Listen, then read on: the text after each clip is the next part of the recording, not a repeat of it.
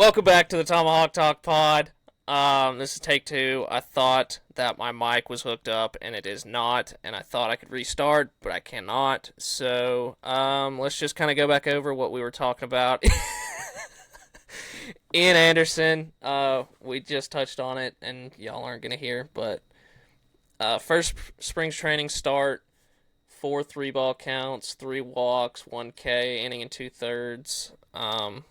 The command wasn't there.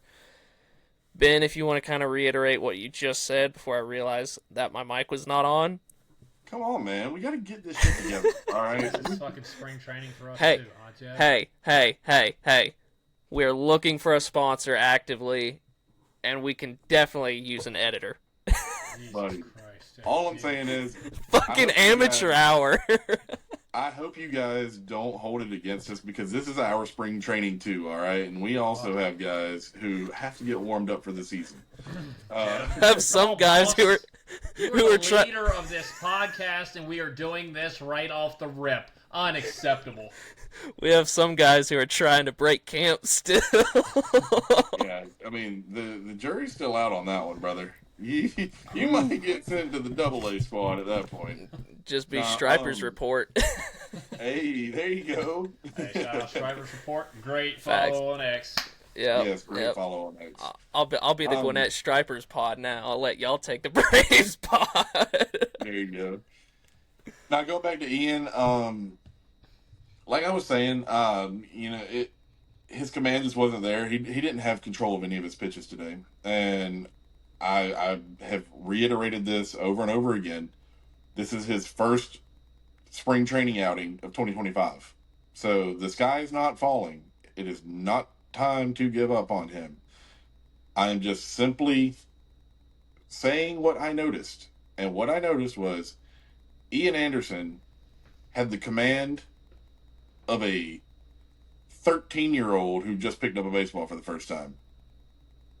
And he did not know where that ball was going. Spiked a lot too. Yeah, like it was very brutal.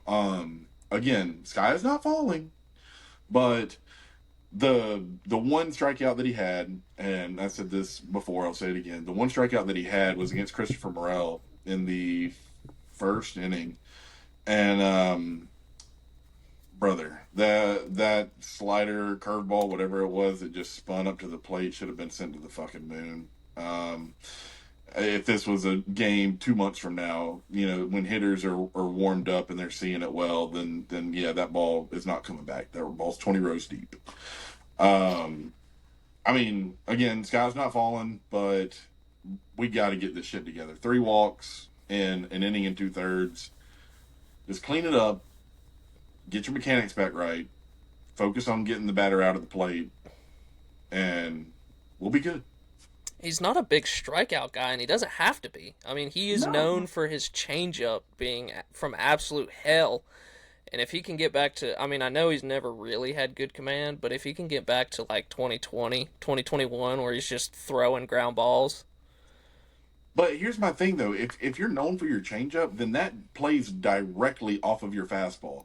Yep. And if you can't command your fastball, then hitters are just going to sit change all day, every day. They're going to know that that's the only pitch that you can command. It's the same thing that happened with Hurston Waldrop last year. Hitters knew that he could not control his fastball. So you know what they did? They just sat back and back and back. And then as soon as he threw a split, oh, buddy, it was game over at that point. They were just running all over it. And that's the same thing with Ian. Like, if he cannot command his fastball or his curveball, then that changeup is just going to be the one pitch that hitters are going up there looking for. Well, his changeup is best when he throws it like middle down and it just dives and they just swing right under it or right over top of it. Yeah. And if his fastball isn't getting located, then if he doesn't have command with that fastball, then they're going to sit on that. They're going to know if it's low, let it go. And that's the motto they're going to live by at that point if he cannot command that fastball. Yeah. He's going to have to really start dialing that fastball, especially on the upper part of the zone, middle part of the zone. Yeah. I mean, I love Ian. I want him to be good. I want him to secure a rotation spot. But shit, man, like, we can't be walking 3 in an inning and 2/3 come regular season time. No, and again, first spring training start. Yeah, yeah, of course. So I'm not gonna crucify a man over spring training start. Did Grant pitch today? Yeah, Yes, he gave up Grant a did pitch bomb. today. To Junior Yeah, Caminero. To Junior yeah, Caminero. You cannot blame the man for giving up a yeah. bomb to Junior. Nah, that dude's coming off a fucking a legendary winter ball or some shit apparently. Lead dude, that was electric. Yeah. So Electric. dude's been playing baseball all year round. Grant's just like, yeah, let me get the wing warming up for. Hey, I will tell you though, I turned off the game. I had something to do after the 6th inning, but the pitchers that I did see, I know it was Days Bell, Ian, Chasen Shreve, and Grant. And Grant Holmes, he looked the best out of all 4 of those guys that I saw. Let's go. Um, Pod. yeah, friend of the pod, Grant Holmes. He looked the best. Yeah. He was the sharpest. His slider was biting. He looked really good, except for that one ball that he hung to Junior. And I mean, again, spring training. I don't give a fuck if he gives up a bomb to Junior. Like, work out the kinks, dude. Get it done. Get back at it. So then we're all in agreement that spring training like outcomes just don't matter. It's just more, yeah. Okay. Until the last week of spring training, and then I'm like, okay, we need to start focusing a little bit because, well, and I say that because the first 3 weeks you're like, okay, you're gearing back up for baseball season. You're seeing live ABs. You're pitching. You're good to go. The last like week to half a week of spring training, that's whenever you need to start seeing it dialed in a little bit. Well, you remember last year when Kelnick went like 0 for 20 and everybody was like getting ready to slit his throat? And it was like he's literally changed his swing so much and he is trying to make so many adjustments on the fly. Like, of course he's going 0 for 20. Like, Exactly, but that's my point. Like these guys, they have so many changes to mechanics and their swing path and their pitch shapes and all that kind of stuff. You want to start seeing those results at the end of spring training, so that they can carry it over to the start of the regular season. you know who does need a little bit more spring training? Ryan. What are you talking about, man? Man, what was it you went? Like 0 for 2 today? Like, Oh man, I was completely 0 for 1. swung out of your shoes and just absolutely whiffed and didn't hit anything. Brother, I went 0 for 1 with 2 walks. The second walk, I was out an 0-2 count and brought it all the way back for a walk. And the one time that I got out was an absolute fucking rocket right back at the pitcher's head where he just got his glove up to defend himself and flicked it up in the air where somebody could catch it. Hey, you know what that goes? You know what that goes in the scorebook as? It's an out. 0 for 1. Yeah, and it does. And You're batting 0, buddy. You fucking me suck. tell You're you batting about the 0. barrel that ball came off of you. Okay, Dude, I Loudest heard it was a fucking golden thing I've ever sombrero. heard. Yeah, yeah, I heard. Sombrero day. I did too. I heard it was a golden sombrero, Ryan. It was The not fuck a is golden that about? sombrero. Let me pull the stats up for you off. Oh shit! I ain't got a game changer. Guys It's over got 1. to look at his own stats. Brother, Oh my god. I literally go, okay, did I have good at bats? I had 3 good at bats today. That's all I give a shit about. And we got Hey, the dub. that's what we used to do in high school. Was they'd call it a Q, and it's did you have a quality AB? Hit behind a runner, move a runner over, build up a count. See a bunch of pitches, stuff like that. I'm glad you brought that up, man, because if we do have some young hitters on here or parents of players, like, don't always look at your stat line if you went over and be like, I had a terrible game. Like, there's so much other shit that you can do in a game, defensively, pitching. Did you have a quality at bat? Did you work the count? Did you take a walk? Did you hit behind a runner to move somebody over? Like, there's so much that you can do in a game to help benefit your team. You don't always need to go 3 for 4 with a bomb. So, kids don't Okay, always look at But the it does stat. help. If I does don't go help. 3 for 4 with a bomb, it's just an awful day. It's an awful day at the office. That's how I used Well- to live, and it was miserable until I started this approach. So, Well, Ryan's not going 3 for 4 with a bomb, and he's playing at a T-ball league. So That's what I'm saying. That's what I'm hearing, That's why man. the first pitch I saw today was an 83-mile-an-hour cutter just dotted on the inside corner, Jed. That would have made you 83. shit your fucking pants. I You think mean, Ronnie's gonna go back and be like, the first pitch I saw today was an 83-mile-an-hour cutter, Brother, and I was not not say, expecting it. and not follow that with, and I fucking deposited it into the chop house. I mean, I'm also saying that too, but Y'all just like clowning for no fucking reason. That's okay. Wait till I get some Yeah. footage of me absolutely yah-yahing one to the center field stands, and you're all gonna be like, oh. I sent you the video of me yah on one. I've yet to see one of you yah on one. That's because I don't record my shit. I didn't go up to the plate with a fucking GoPro, right? I had somebody video it. I drive 3 hours, Jeb. I don't have nobody that's gonna ride with me for 3 hours to record my shit. I'm sorry. Get okay? your cat. You can get your cat to Let me video get for my you. cat out there, okay? By the way, there's this fucking yellow lab out there, this golden retriever, that was having a fucking blast just playing with a tennis ball out there. He is a fat, old fucking golden retriever. He is having a blast, man. It's like, damn, that needs to be me. That's what dogs do, man. They like tennis balls. Wonderful life that little dog was living. Well, he wasn't little. He's fat as shit. He's a big boy. Oh gosh, so we back on whatever the fuck. We all agree that like outcome like kind of doesn't matter really. I mean I hear the argument where they say like spring training doesn't matter. I think it does. I think it's a great place for hitters, to get their 2 ABs and then head to the golf course or whatever, or pitchers to pitch their 30 pitches, build up for the season. But I don't think outcome's a big factor. I don't even think stat line's really a big factor. To an extent. No. Depends on the player. Correct. I think, like, if you're Austin Riley, Ronald Acuna Jr., spring training don't fucking matter for you. You go in there, get your reps, make sure you feel good. But for somebody fighting for a spot, yeah, it matters. Yeah. So. Honestly, for the guys who were fighting for the 5th starter spot, a la Ian Anderson and Grant Holmes, I mean, that it does kind of matter. I don't think it matters as much now, but I think that's a big part of what I was talking about, the latter part of spring training, like the last week or so. That's whenever it really comes down to those guys who are really fighting for a spot, because you got all the other cuts out the way. Yep. And you're the last guy standing. You got to know, like, listen, I got to get my ass in gear and win this spot. Did you hear about Angel Perdomo? That's a lefty who's like 6'25", right? Yeah, he's 6'8", but yeah. What are you referring to? I think Bowman tweeted that he did pretty good in his debut. Yesterday? The only thing I saw off of this was that somebody was bitching that he was only throwing 94 miles an hour. Like, are you kidding me? It's fucking spring training. Chris Sale was up to like 96, so 95. Chris Sale had 3 fastballs that were 95. Yeah.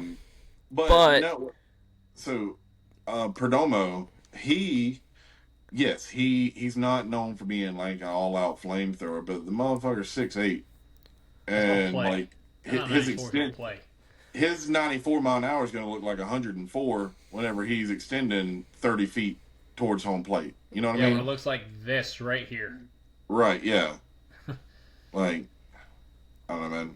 It is what it is, but. I still think we need one more bullpen guy. I think we need one more. David Robertson's still out there. What are we doing? Yep. What is MLB teams fucking doing? There's actually a pretty good amount of free agent players that are still very useful, and they're just floating around out there. See, I had this conversation with somebody. I wonder if it's like a owner's like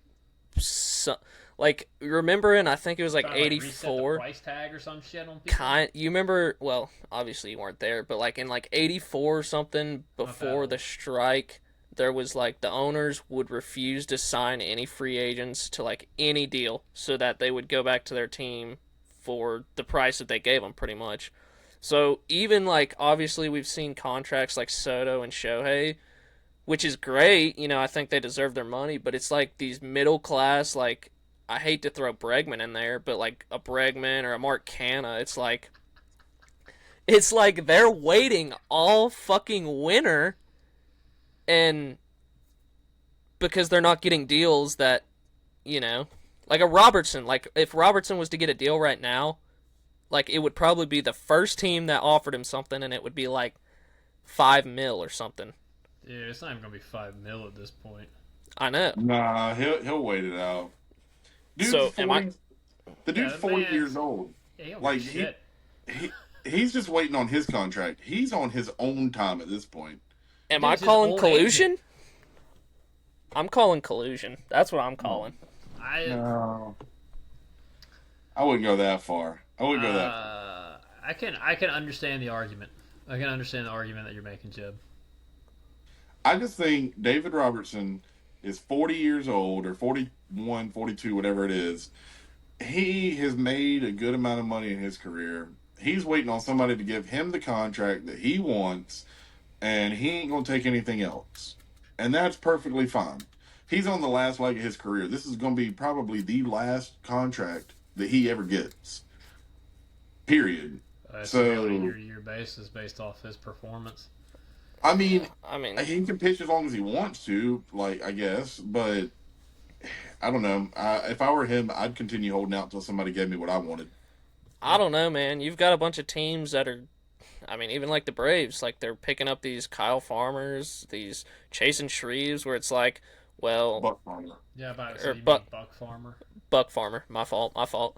They're picking up these guys where it's like, they're giving them non-roster invites. It's like, well, if you throw this at the wall and it sticks, like, why would you pay Robertson $9 million or $10 million when you could have Buck Farmer come in and throw essentially the same? I mean, I think it's going to be a little worse, but that's where I don't know. Because David Robertson's a proven fucking guy in the back end of a bullpen Exactly. who can help you win. Exactly. Who had like a 12 or 13. Yeah, Robertson had like a 12 or 13 K per nine last year. I don't think Buck Farmer's going to give you that. I'm No, sorry. no, like, no. He's Yeah. he's going to be the Jesse Chavez if Grant doesn't get moved to the bullpen. Potentially, Well, I mean- if he makes the team. I think Buck Farmer will make the team. I think he's got some good stuff. Considering how he was with the Reds past couple years, I mean, dude was perfectly fine reliever. I don't know. I just think you need one more guy with some swing and miss. I mean, you lose Jimenez. Now you've got to have Lee or Bummer step up in a leverage situation. Oh, Pierce Perdomo, Johnson, 14K per nine. I mean, Perdomo. you're just...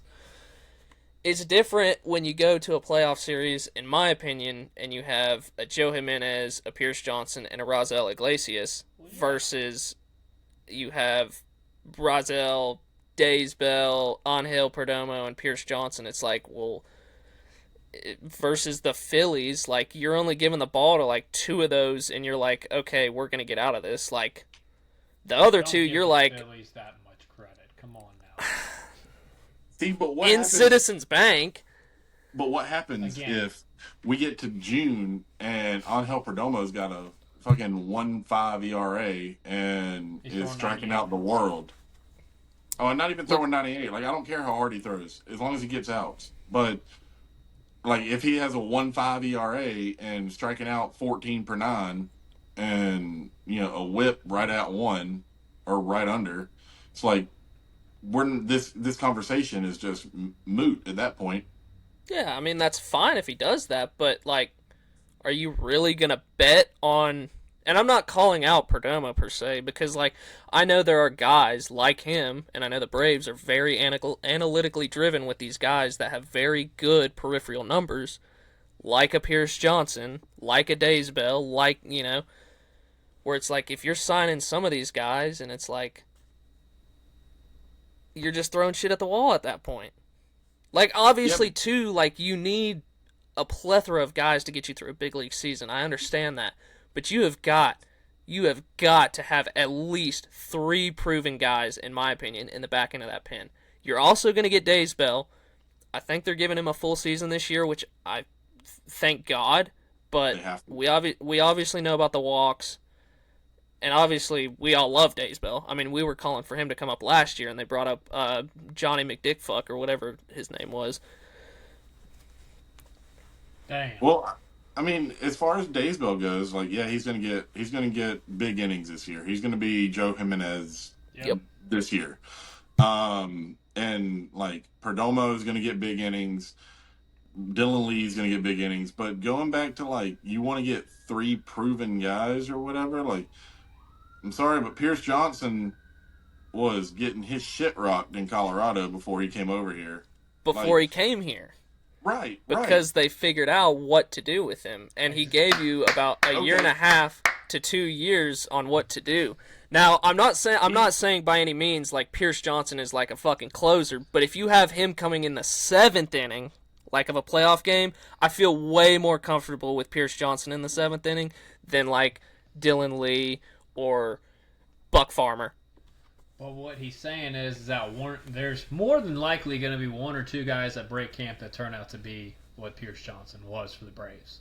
Exactly. Maybe, And I'm maybe. saying, like, would you rather have somebody, and this may not be the best way to put this, but would you rather have somebody like a pitcher who's coming in a la David Robertson, who has been a good pitcher his entire career, or would you rather have a staff that can turn certain guys that they know they see into studs? Like they have with Pierce Johnson, like they have with even a Rafael Iglesias, who was a good pitcher before, but he's turned into a top five closer in baseball since coming to the Braves. And then, I mean, I would rather have the full staff. And of course, if you mix the two together, by all means, Yep. do it. But if you don't want to spend that money, I would much rather have the staff at that point than if you're just not going to spend the money to get that lockdown guy. You also got to I look at don't. Bummer, Dylan Lee. I mean, they're Yeah, pretty they've turned Yeah. guys. that they have come- turned these guys into a stalwart into that in that bullpen. Like it's not like this is a bad bullpen. All right, this No. is not a terrible bullpen by any means. I'm not saying they're a bunch of slapdicks. I mean, but I'm just saying like you, and especially with the way bullpens are utilized in the playoffs now.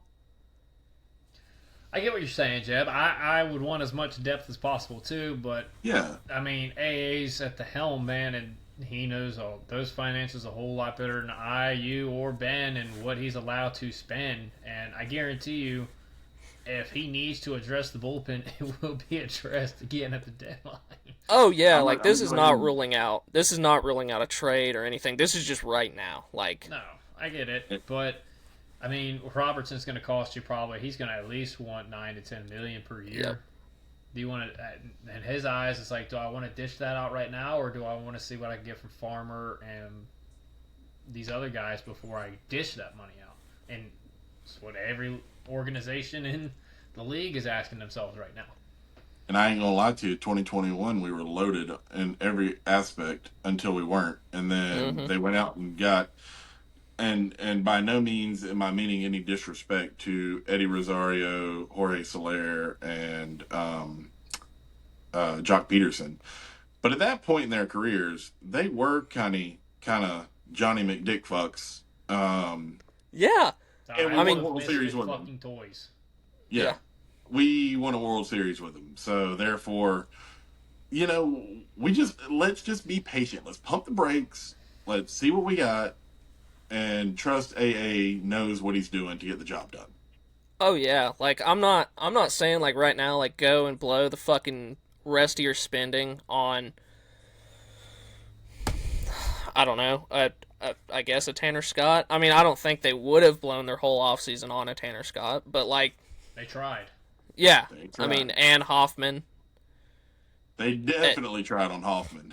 If you They think absolutely did. I don't know where I heard it, but I think their whole offseason plan was Hoffman, Scott, and Profar. I think that was all the offseason plan right there. And none of it worked except for Profar. But if you really think about it, what would have happened if, because they would have been, in between, like it would have took a little bit for them to sign all of them, I guess, because they were waiting on markets.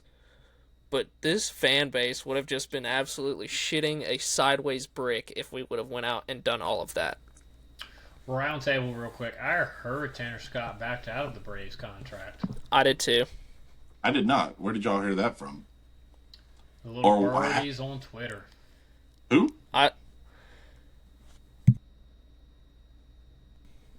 He said a little birdie on Twitter.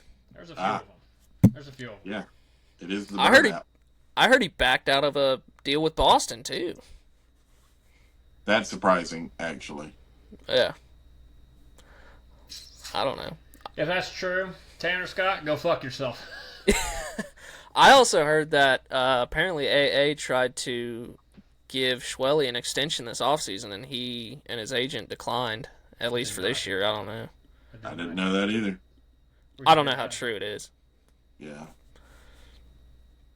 We all agree that would be a good one to lock up. I mean, If you think, even for a fucking second, that that's not a good idea, I need to get you to check into a mental institution. I need to wait till June, July. Unacceptable. I need to wait. I'm sorry. I love No, Schwelly. dude.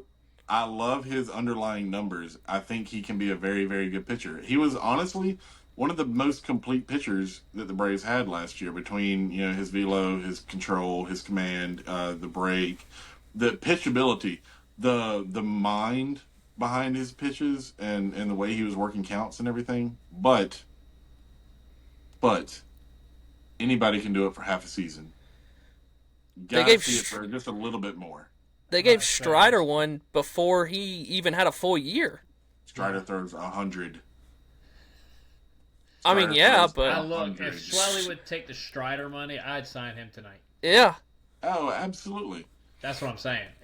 I'm not saying signing for $30 million for fucking 15 years. I'm saying like if he accepted a contract right now for like 10 to 15 million for like 8 years, I'm signing that bitch on the dotted line. That is If one Spencer guy. Schwellenbach, if he signed a contract for $30 million for 15 years, I would shit myself. I would ask how much is backloaded or how much is deferred. Yeah, I'd say how much you get What do you deferred, mean? boss. Yeah, about half of that. $2 million a year? Y'all understand what I'm saying? Ryan said a $30 million contract over 15 years. I'm just saying I don't expect him to sign him to a 2 huge years? contract. I would say like the Strider or even 10 to 15 for 7 years. I'd sign that. I mean, buyout is and his what is that? His 3 years of rookie salary, and then his 2 or starts 3 years of next year. ARB. Yeah, It's called the Super Twos. The Super Twos start next year. Is he a Super 2 guy? Not this year. Next year. yeah. Just buy all that out. I mean, I got in an argument with somebody on fucking X because it was the same. It was the same thread as this. He was like something about Acuna's was it overpay or Acuna's deal was stupid. That's what it was. And I was like, yeah, Jesus Christ. What are we doing on X nowadays? There's is Facebook coming on over to X now? No disrespect to Facebook, but my God, y'all are some radical people over there on Facebook. It's a little bit ridiculous. he said the Acuna deal was stupid, and I was like, it was actually a win-win for both teams because after Acuna's MVP season, he was worth what, $50 million a year. Lord knows what he would have gotten in ARB, and then the next year he tears his ACL. So it's he was 20 when he got a $100 million contract just thrown in his face, so that's guaranteed money that all he has to do is just sign his fucking John Hancock. And 2, if something happens, like an injury, he's still going to be paid and he's still going to be set. Now, the Aussie one was wild. I don't agree with that one. He's getting I want to reel some folks in here, okay? I want everybody who's listening to this podcast to understand that not every player gets the opportunity to make $100 million. Exactly. It is a top 3% in the MLB that makes good money. So that's why, this past offseason, you saw Brenton Rooker sign the contract that he did. Cole Reagans. Yep. And, I mean, look, even to your point, Ozzy was very, very cheap, yes. But you know what? That's life-changing money for Ozzy. He's set for the rest of his damn life, and that's what he's looking at. He's like, I'm playing with the team I love playing for. I'm making life-changing money. I can do whatever I want. I can buy whatever I want and not have any problems in this lifetime again and be able to set up my future generations for a while. Yeah, like when people say, "Oh, it's such a bad contract for that player," he really shortchanged himself. Maybe, but we're talking about millions of dollars. There's not really a whole lot of shortchanging when it comes to millions of dollars. I also don't see AA like holding a gun like at Ozzy saying like you better fucking sign this. Bro, if they even watched where Ozzy came from, like he literally the Curacao kid coming up, that documentary of Ozzy Albies, like he came from nothing. From nothing. And he gives back to that community all the time too. Yeah. So when he sees that contract, he's like, dude, I came from nothing, and you're telling me I can make this just playing he's gonna sign that every day of the week. There's been like 17 major leaguers come from Curacao, and 9 of them have played for the Braves.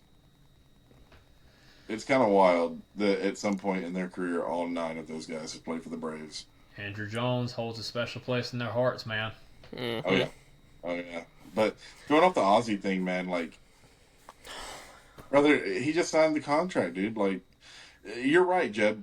AA did not hold a gun to his head to make him sign. The Braves Foundation, however, did. All right? You better fucking sign this contract. We were just sitting there waiting for it. Yeah, we want your 1%. Speaking of Ozzy, what the fuck is up with the Ozzy slander this offseason, too? Oh, brother. Dude, Twitter's been a fucking cesspool this offseason. He's objectively one of the best second basemen in baseball. Top 3. Yeah. Top 3 second baseman in baseball. I mean, I'm trying to think. There's Ketel Marte. That's number 1. Easy. Marcus Semien. Would you throw him in there? No. Altuve. He's a left fielder now. Nah, Altuve. I would throw Simeon over Ozzy for right now. If Mookie Betts was at second, you don't know like he Mookie's should playing. be. He's going to be at shortstop. That's dumber than shit. Realistically, Mookie should still be in the outfield. I agree with Ben 100%. Yes. Why are you taking a 6-time Gold Glover with a fucking cannon out of right field when you have like a Tommy Edman? Because they have a need at shortstop. Yep. He's like 30 or 31. So he's only got a few years left anyway, and you're going to have to get him back off of short. And what are we doing? You're the richest team in the fucking history of sports, and you can't go spend it on a shortstop? Getting a little off topic here. Let's get back to Ozzy talk. Yeah, the fucking Ozzy slander is ridiculous. Like, he's one of the best second basemen in the league. You know you're going to get, I looked it up and I did the stats. Ever since he's came up, he has had a 100. Is it WRC plus that's on Fangraphs? Yeah. Yeah, he's had a 100 or better WRC plus every single year, except for 2022 and 2024. And what happened both of those years? He was injured. What fucking injuries did he get? A broken fucking pinky toe. He, broke his leg and then rehabbed and came back in, his second game in his first at-bat, pulled a hammy sliding into set. It's off-the-wall injuries. It's not like it's his workout program or something. It's just fluke injuries. Let me correct you. Let me correct you on the injuries. Broken foot. Yes. Comes back. Broken pinky sliding into second. Okay, and then that's this what year it was the broken wrist. Yeah. Can I say something about that? I kind of think that's on Travis, because why are you throwing with a runner stealing when they were up by 6 or something? I'll keep it $110 with you. Ozzy should have let that ball fucking ride. Oh, yeah, but why are you throwing when a guy's stealing when you're up 6? Because you want to get the out? Yeah, you want to get the out, man. I don't know. It was that bad of a throw. Ozzy shouldn't have thrown his glove at it. I'll keep it $100 with you. That was the move that Ozzy shouldn't have made, was try to catch that ball. Either way, it's a freak injury. It's not like he's breaking down. Well, going back to how good Ozzy has been over the course of his career. since his rookie year in 2017, he is pretty damn good among second basemen with at least 75% games played there. He's played 871 games, which is third, 141 homers, which is second, 508 RBI, which is first, 212 doubles, first, 549 runs, second, 84 stolen bases, third, 270 batting average, second, 31 triples, first, and just for shits and gigs, he's first in vibes too. So that was he's good. Yeah. Let's cool down the slander. I know he's been hurt, but like stuff he can't help. Can I touch on that and like kind of say that I think one of the reasons is because he's not a traditional second baseman. It's because he's not like a Luis Ariz who's going to hit 310, 320, walk a shit ton. Like, Ozzy's going to go out there and drop 30 tanks. He's not going to walk a ton. He doesn't strike out, surprisingly, a lot, but he just hits a lot of weak contact. And I think that's personally why a lot of people don't like Ozzy. I don't think it has anything to the fact that he's not a typical. I mean, we're in 2025. Nobody gives a shit about Luis Ariz nowadays. And that's not to say Luis Ariz is an awful player, but nobody really values the 310 batting average and a 680 OPS. I don't know. I think Ariz has some value. I think he does depending have some on value, but he's not as valuable to me as Ozzy Albies.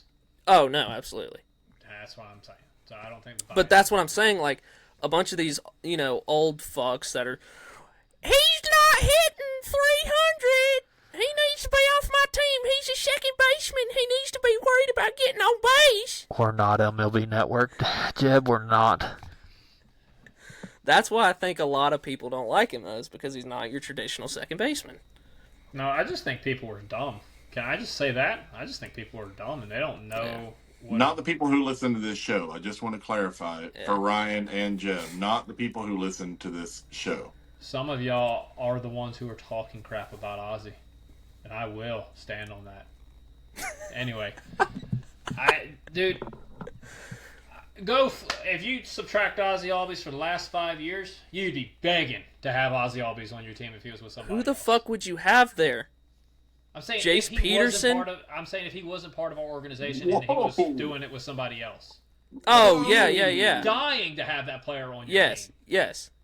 Let's I'm cool like, it with the Jace Peterson slander, first of all. God. This fucking guy. I mean, you just brought that out of your ass from left fucking field, Jeb. Nobody's talking about Jace Peterson. Well, I'm just saying, like, who would you have at second? Like, hypothetically, like, say Ozzy Albies is playing for the fucking Royals. Name 5 second basemen that are better than Ozzy Albies. Yeah, Ketel Marte. Ketel Marte is the only one I can think of off the top of my head. Because I don't know. That's the easy one. Name 4 more. Altuve. I would say he's better. He's up there in the conversation, though. I would. What did Marcus Semien do last year? They're about the same defensively. Ozzy is not a good defender at second. I think Altuve's worse, though. Yeah, I think But Altuve did. Altuve's a better bat. The difference between their bat and their glove equals each other out, and Altuve is just a better bat. Take him out of Houston. Maybe more consistent. Okay. I could agree with consistent. I could agree Altuve's a more consistent bat. But I think we're seeing Altuve slow down here recently. Yeah, but it took him forever. Yeah. I mean, he's been one of the best players in the game. So even if you want to say Altuve's better than Ozzy, that's fine. But you still got to name 3 more. I mean, if Semien has a bounce back, like... Simeon's had, 2 good years in the last 5? Last 4? Just going back to saying Jose Altuve has slowed down some. He had a 126 OPS plus last year with 20 bombs, 22 steals, a 295 batting average. He's still got it. He can still swing it. I'm not saying he's, like, out there using a fucking walker. I'm just saying, like, compared to what we've seen from Altuve, you can definitely tell, like, it's like a slide step back. No, I can see that though, because I mean, in 21 he had 4.5 WAR, 22 5.2 last year, or I'm sorry, 23 2.8 in only 90 games, and then 3.4 last year. So I mean, I can see that, but at the same time, the dude, the little man can swing it.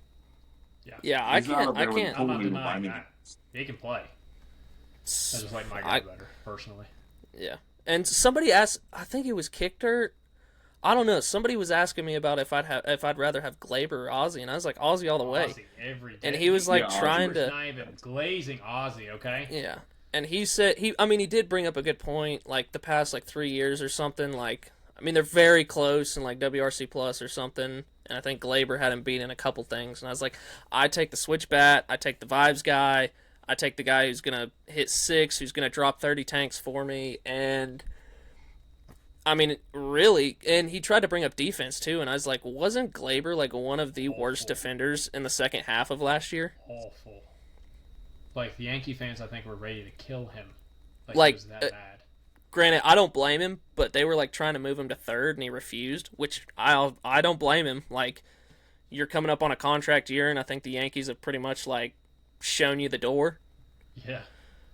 I don't blame him either. I will say so. Going off your point about Glaber, just their last 3 seasons, so 22 through 24. Now we've already noted Ozzy has had a couple injuries that have kept him out of a lot of ball games. Um, the WAR is 7.1 to Ozzy, 8.7 to Glaber. So 1.5 WAR, B WAR, which whatever. Glaber has played 141 more games than Ozzy. So you put Ozzy in that without getting hurt. You extrapolate that. Yeah. He's blowing him out of the water in WAR by at least 2 or 3. Well, what year Um, was it that Glaber had like 30 bombs and like 28 of them came against the Wasn't it Orioles? 19? Yeah, that's when it Wasn't it was. 19? Juice When the ball. yeah. Okay, never That was mind. such a fun season watching the ball fly. Yeah, it was 38 and 19. But going back to it, so Ozzy, these are the categories that Glaber leads Ozzy by: WAR, games, plate appearances by 600, hits by 121, homers by 13, RBIs by 10, stolen bases by 3, on base percentage by 13 points, and OPS plus by 1. So, I'm taking Ozzy every day of the week.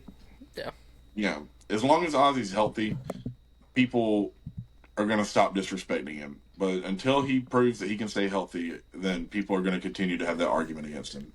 That's like the Dumbest one. argument of all time. That's like the one dumb fuck who commented on my thing that Austin Riley needed to have a monster year. And I was like, Don't get me started on it. Don't do it. That's a whole I rabbit was hole like- that you don't want me to go down right now. I was You like- want to hear something? You want to hear something real quick? Sorry, I hate to cut you off. Just found this. Ozzy, in the same 3-year period, 22 to 24, his D WAR, which is just defensive WAR, is 1.1. Glaber's is 0.8. that's what I'm fucking talking about. Look at the So- little monster being able to play some defense. I mean, sorry to cut you off. I just had to throw that in there because Ozzy is still a. No, it's okay. I accept your apology.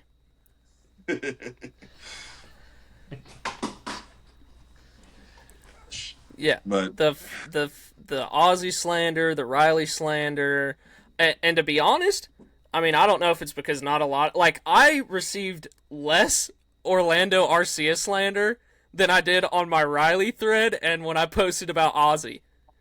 You can't make that fucking shit up, dude.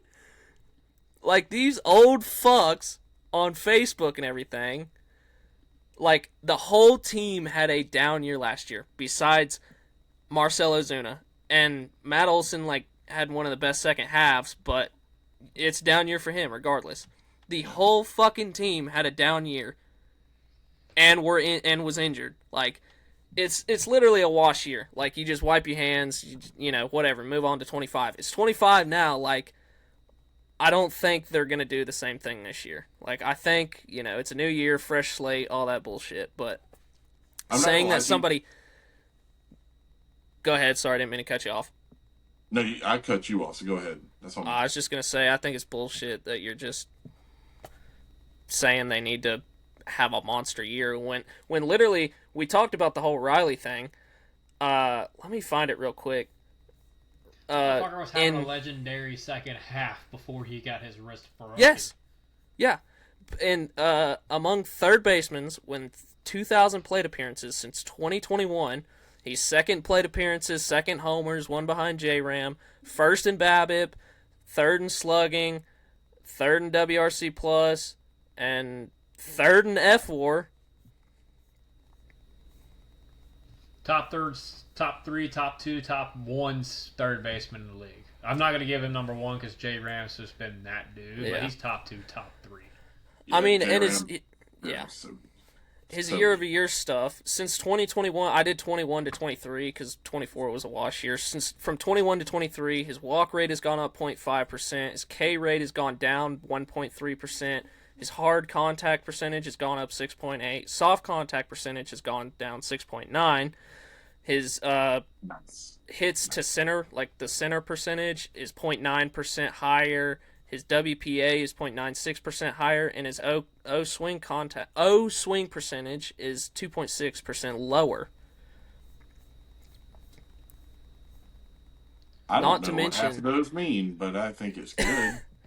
Not to mention that in June, he literally had like 3 home runs from March to May. Barely hitting his weight in June. From March to May, he was barely hitting his weight. He had 3 home runs. In June, he slashed 289, 373, 536, 909 OPS, and he hit 6 bombs with 12 walks. Sounds good to me. Yeah. Look, I don't know what y'all are on Twitter, but the slander on anybody right now is just a little bit over something. Arcia, and look, I'm trying to be better about Orlando. I am. So I'm not going to say nothing. Orlando gets a clean slate for the first 2 months this year. That's my promise to you and everybody on this podcast. Clean slate for 2 months. I'm giving it to him. But if you're going to get on Riley, Ozzy, anybody besides Arcia, you need to check yourself and some stats. Yeah. Okay? You know who slander I am absolutely 100% sick of hearing? Grant Holmes. Sean Murphy? No, Matty O. That's so fucking stupid. We're covering the whole basis too. Let's throw Sean Murphy in there too. Motherfucker pulled us a bleak day one, and we're all like, "Oh, what happened to Sean Murphy? He pulled us a bleak. His swing was never right the whole fucking year." Who is it? Is it Greg Madelson Truther? Oh God. He's not a big Murphy guy, I don't think. So when he listens to this, I hope he's yelling at his phone. Yell at your phone all you want. He's one of the best defensive catchers in the game. When the motherfucker hits 275 and drops 25 tanks and almost drives in 100 runs, you're gonna be like, damn. Yeah. I'll give him 20 and 70, but yeah, 270 average, 20 homers, 70 RBIs, playing Gold Glove defense. Give it to me, baby. That's good enough to be like a top 3, top 4 catcher in baseball at that point. I think if he's playing 5 out of 7 or 6 out of 7 games a week, that's also going to help a shit ton. Yeah. But I do want to go back to the Matt Olson thing real quick because goodness gracious alive, the people who hate Matt Olson because he's not Freddie Freeman. Like, it's unbelievable. I posted a stat the other day, and yeah, like, shocker, I post a stat. But Matt Olson in high leverage situations, brother just rakes. He's good. Yeah. If I can find it on here, sorry about that. He's one of the best hitters in baseball when it comes to high leverage situations. Like, he hits the cover off the ball. Hence the grand slam at Coors last year when we were all fucking losing our minds. Yeah. I think Profar is also in that high leverage situation too. He is. Yeah, Profar was He too. was like Profar one. was too. I can't find the exact stat, but I do know that Matt Olson is like insane when it comes to high leverage situations. Um, dude, just he can't help himself. Since coming to the Braves, he's been one of the best clutch hitters in baseball. Better than Freddie Freeman in most of those categories, by the way. Um, and he hasn't been absent in the playoffs when the Braves make it either. Like he has decent numbers in the playoffs. They're not like, oh my god, elite, but they'll play. You know what I mean? He hasn't You been know the who? reason the Braves haven't won. You know who else had very, very good high leverage numbers last year, and it was a short sample size, but it was the best of their career. Don't tell me. I already have an idea of where you're going with this, and don't say it. Who? Is it a shortstop? Nope. Thank God. Okay. Nope. It's Austin Riley. Big, thick. He had one of his best high leverage. You need Like to post years. those stats because you know how much shit I took off of fans for saying that he was good in the clutch. He is. These motherfuckers say no. He's like, they need to drop him to 5th, 4th in the lineup. No, leave Big Thick alone. I've seen a lot of that where it's like, oh, Ozuna needs to hit third, and it's like, I don't really care. Mix and match Riley and Ozuna however you want, but when your 3-4-5 is set with Riley, Ozuna, and Olsen, that's one of the best heart of the lineups in the league. Yeah. Not to mention you have Ozzy in probably the 6 hole and Murphy in the 7. The whole lineup's just Fucking good. Jesus Christ. How would you, like in 2023, for instance, how the fuck would you maneuver through that lineup? You pray and then you get to Orlando, which Orlando in 23 was good too. So you pray when Yeah. you get to him too. You know, he also had as many home runs last year as he did in 23. And what about all the other hits and walks that he didn't have in 24 that he did in 23, Jeb? I said bombs. We weren't talking about that.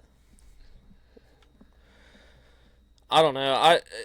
I do think the Braves need to address shortstop in the future because you've coming. committed to Arcia through 26. Well, you don't have any shortstops coming off any free agent team except for Bo, and that's next year. And I know how y'all feel about Bo, and I don't think you open the checkbook for Bo. I'm not. Why though? Why not? Why not for Bo? Defense Yeah. is eh. Granted, last year he was injury riddled, but I always just feel like Bo's gonna be one of the guys who's gonna decline heavily, very quickly. But I mean, do you have any reason why, or is it just gut I'm feeling? personally not a huge fan of his swing. Personally, I mean, I've not trying to sound like an ass here, but brother has a career 290 batting average, a career 119 OPS plus, has led the league in hits twice, has hit over 300 twice, had almost a 200 hit season in 2021, had 20 homers in 23, fell off an absolute cliff in 24, but like that's the only season of his career that he hasn't been an above average hitter at the plate. Like the rest, his career low in OPS plus it was 121 in 2021 until last year, and then it was 71. But regardless, the kid can hit. Yeah, but they value defense over at shortstop at least over anything. I mean, last year was his best OAA year, surprisingly, but everything else since then, like 2023 was 19, 2022 was 6, 2021 was 9, 2020 was 74, but that's, 60 games. In 2019, he didn't qualify. And you know how Ozzy is at second, like he's going to make the plays that he needs to, and anything else is not like, So at short, they want a guy who's going to field the ground balls and make some of those plays that Ozzy can't. Well, I'm not gonna lie to you. I'm okay with somebody who's asshole casserole with a glove and can rake at the plate. Like, I'm okay with that. He's not gonna be dog water at short. I mean, he might be not the greatest, but he's gonna make up for it with the bat. I don't know. I just don't see opening the checkbook for him. I don't either.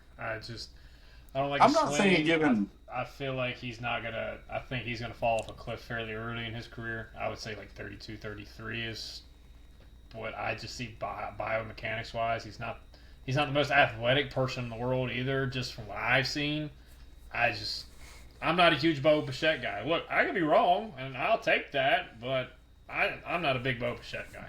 I'd rather I have love the Ortiz bat. over Bo. I love the bat. But I think it's his first 5 years. Yeah, his bat plays really really well. I just don't project it to be something that's going to be sustainable for a long period of time. I don't know where he's going to go next year. What team can you think of needs a shortstop besides the Blue Jays when he leaves? The White Sox, Braves. but they got Montgomery. The Braves. I'd rather have Acuna locked up than give it to Bo Bichette personally. Yeah. Well, yeah, no, for sure. But I'm just saying, who needs a shortstop? And the Braves are one of the teams that needs a shortstop. Miami. Watch the Dodgers open up the checkbook for Bo. Yeah. Like, yeah, you're gonna be playing like left center field. There's just no way they have another spot on the 40-man for Bo Bichette. There's no way. We're not How even many talking about money at this point. We're talking about like what roster spots do y'all have fucking left. How many Yeah. fucking 40 men do they have? Like, I swear they have like 60 people on the 40 man. Bro, their AAA is like is better than the White Sox whole MLB team. That would be funny. That would be a really good like inter squad game. That'd be very interesting. I do love the fact that Jeb said, "Yeah, the Marlins are going to need a shortstop," and it's like, okay, brother, the Marlins need everything. Like, what the fuck? You're not narrowing it down. You're not They're like narrowing the it White down. Sox. He could They're go to not the that Mariners. bad. The Marlins got a little bit of talent, bro. I don't know. Oh my god! I think. I know we're a Braves podcast, but the Marlins, Davison De Los Santos, that brother right there can mash. Like he throws the bat out there and it goes fucking 450 feet. Like if you ever get the chance to watch his swing, please go do it. See, Jeb, we need to have a whole nother podcast, man, to talk like a whole MLB thing. I know. I'm telling you. Oh gosh. Ryan, real quick. We covered the Riley slander, Ozzy slander, Ian. What else we got? I was just gonna say, do you want to touch on the Kelnick just a little bit? You don't have to go in detail. I know you have the X thread if y'all want to check that out, but you want to just kind of bullet point it, quick notes or flash notes or spark notes or whatever the hell that thing's called. I mean, if people want to go check it out, it's on the X. I will say on his first spring training debut, I was very, very, very, very encouraged. I mean, there was not one point in time last year where I saw Jerry Kelnick take 96 pain to down and away and drive it into the left center gap. And then the very next at bat, it was 94, 95 up and in, and he turned and burned on it to the 102 to the second baseman. So, two really good swings for him at the beginning of spring training. His third at bat wasn't great, chased some stuff out of the zone, but overall, very, very encouraging first 2 out of 3 at bats. If y'all are interested on the swing changes that Jared did make, it's on my X account. Disgusting Braves Homer 27. Did you notice any of the changes translating into the game? Yeah. I mean, first rip, I'm like, I think I talked to, you know how he was a lot more spread out and a lot more crouched last year. Well, he's standing up taller, and he's trying to take more top hand down to the baseball, which is helping him stay tall and not going out in front. It's also opened up, so when he starts open and then he starts to swing, his front leg's diving back towards the pitcher and maybe slightly towards the plate, so he's got a really good coverage over the outside plate, and he doesn't feel like he has to lean over to get to that outside pitch. Again, all that's on the X thread. I'm hoping it's a good season for him. I think he's got all the tools. He's just got to unlock it. I agree. And for Jared, the one thing I would like for him to do is stick with these changes for a full season. Just invest in it, man. Like, You changed your swing a fucking dozen times last year, and none of them really worked except the first part of the season. And you have already seen 2 really good results from these swings. I really like the changes that you made. I think it's great. You lowered your leg kick as well, which is going to make you a lot more balanced to the plate, and not so do I make quick decisions. You're going to be able to see the ball a lot longer, make better plate decisions, take more pitches, stick with it. I promise you, if you stick with it, you're going to have a good 2020. What is it, 5 now? Yeah. You're going to have a good 2025 season, man. Stick Yeah, with it's it. 25, you old fuck. It runs together after a while, Jeb. You'll understand one day. Stick with it. Oh, Stick gosh. with it, Jared, stick with it, baby. Bullpen Ben, you got anything? No. Grant Holmes looked good today. Best pitcher that I saw pitch. Still looking for a couple pieces in the bullpen, couple pieces in the rotation. See who steps up over the course of the next few weeks, and that's about it for me. I couldn't agree more. I could not agree more.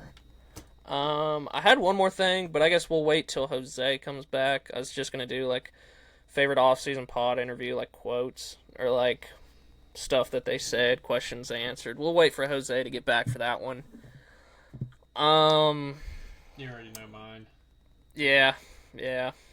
I don't know. There's a lot of good shit. If y'all haven't looked at that, check that out. Oh, shout out to the new listeners. Our numbers have grown exponentially.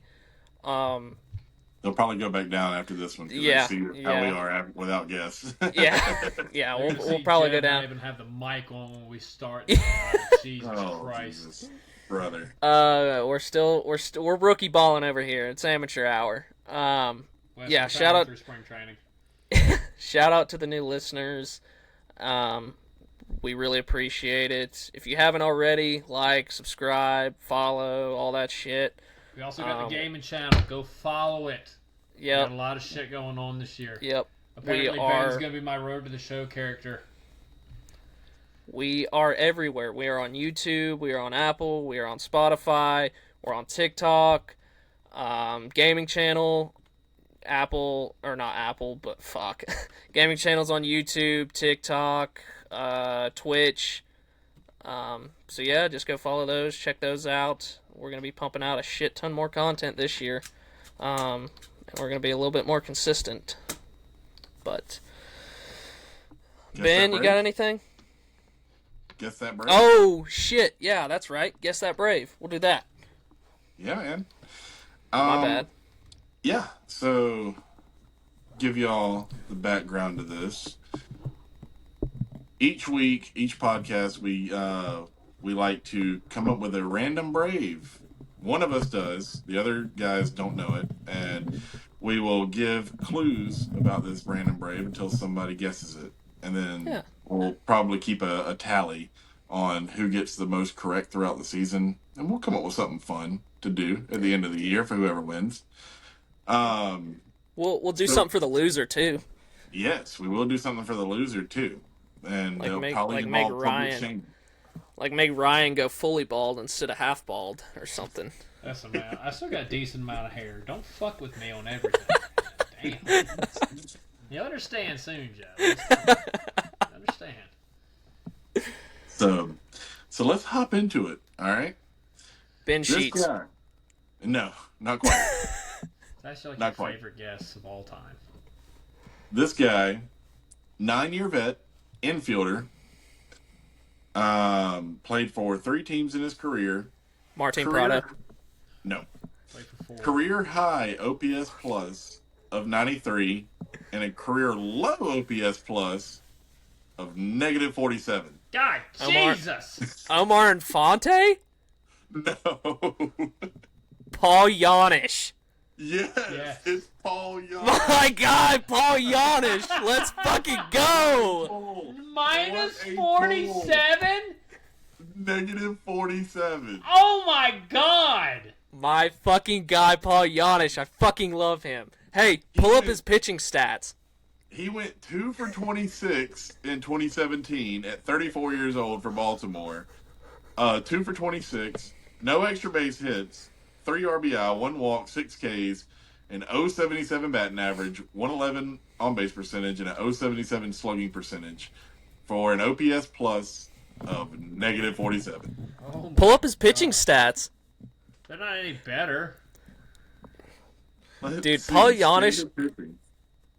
Every time Paul Giannis stepped up to the plate, he was one of those guys where, like, obviously y'all have seen The Sandlot, where like they're playing the high school team or whatever, and the high school team gets in the box and they just whiff at everything.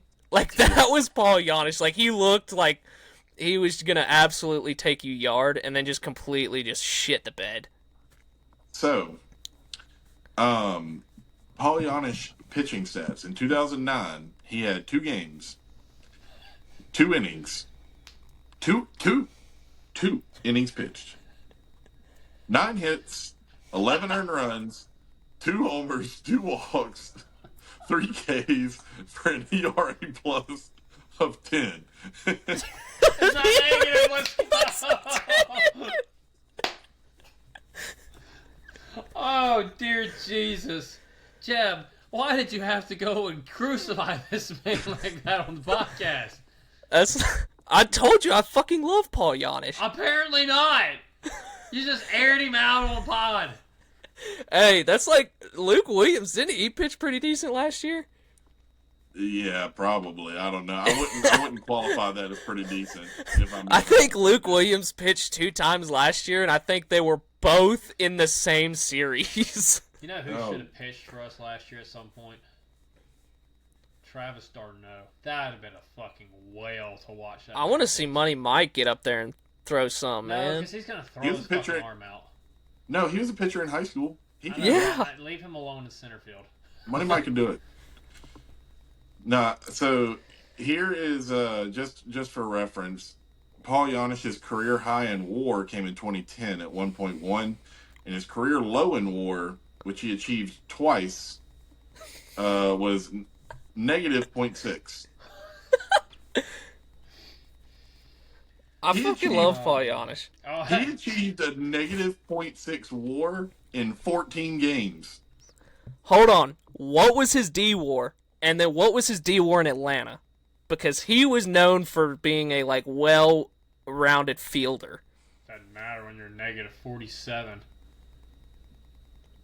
Let's see. I mean, look at like Johan Rojas in 22. Like, dude couldn't hit his way out of a fucking wet paper bag. Yeah, dude. I was watching a franchise stream with fucking Tyler, and he said he could give a fuck less about Johan Rojas. Who was it on the last Dimu like video? He was like, and we have he was like rebuilding the White Sox. He's Yeah, like, man, yeah, we yeah. have Juan Yepes, and I could give a fuck less about Juan Yepes. Paul Giannis's D WAR with the Braves was 0.8. Combined?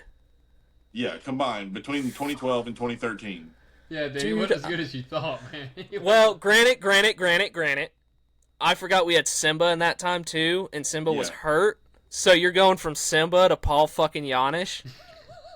kind of a all the kind way of a step around, it down. was bad, man. All the way Yeah. around, it was bad. I'm It's sure like- he's a great guy, and he made it a hell of a lot farther than I ever did in baseball. Yeah. So He made please, a lot more than anybody ever projected him to. Let's be honest here for a second. so let's Dude, just or get like- that out of the way. or like But, Tyler Pasternicki. brother, don't Braves no. legend right there. We're not slandering Pastor Nicky, #1 prospect in Braves organization for like 30 seconds. That's what I was saying. Just Every because time he I was think, starting shortstop, so they just shot him up to #1. every time I thought of Tyler Pasternicki, I thought of Steven Lombardozzi because those two players are like completely identical. Like, were top prospects in the system and then just didn't do dick. Ben, you're old enough to remember before Twitter was a thing. You remember when you had to go to MLB.com and read Bowman's like actual articles and shit to figure out about these top prospects or prospects back in the day? I actually had a subscription to Baseball America, so Yeah, I you know. yeah. I'm 27, so I'm not that old before y'all start giving me shit about it. No, I'm I like- 28. That's what I'm saying. You understand. Jeb over I here, he literally- didn't even get his first baseball fucking binky until X was created. I literally used to get the baseball encyclopedia that ESPN published every year. Oh man. I would Jesus read that for fun. Christ. For What fun. what is a book? Oh, this was more than a book, brother. This was a house. You're talking like this. Yeah, it was a thick boy. Same. It had Same. It had every Oh, player no. in the history of Major League Baseball. It was like And their Austin stats. Riley's ass in a book. Do you understand that?